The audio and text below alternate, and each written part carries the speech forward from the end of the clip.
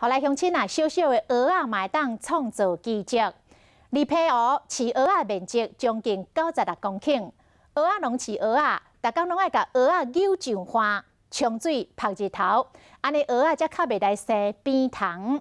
就是遮尔啊够工，加上批湖的海水无污染，咸度悬，所以饲出来的蚵仔是青、个甜、个肥，一年的产值高达9亿，将这批湖真重要的经济产业。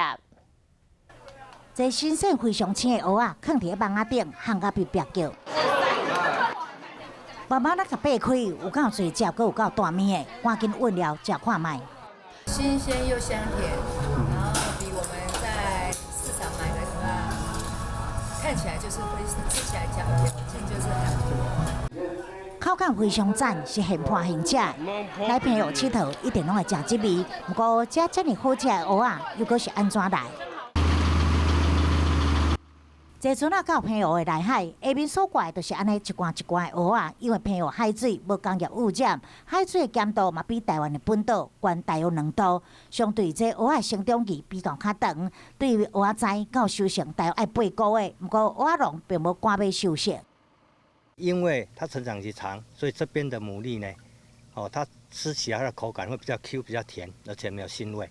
靠着先天环境优势，这蚵仔是甜过 Q。伫澎湖，这蚵仔养殖面积有96公顷，大部分集中伫内海，每当收成产量有12379吨，产值是9亿。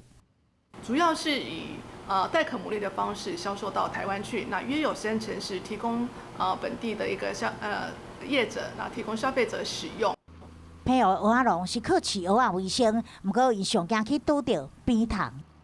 吃掉的话肉还在里面，都被它吃掉了。对，被它吃掉了。掀开蚵仔壳，这蚵仔肉已经拢打起啊，去互扁虫食去。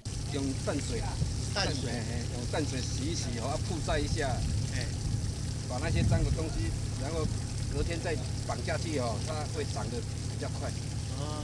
它干净，外表干净的话，长得比较快。甲一罐一罐蚵仔拖到船仔顶冲水了后，小拍一下，把伫顶面的扁虫拢去除掉，这是因每工拢爱做的工课。蚵仔农的骨力加上先天的环境优势，或者澎湖的蚵仔有特殊鲜甜的风味，嘛加做当地重要的经济产业。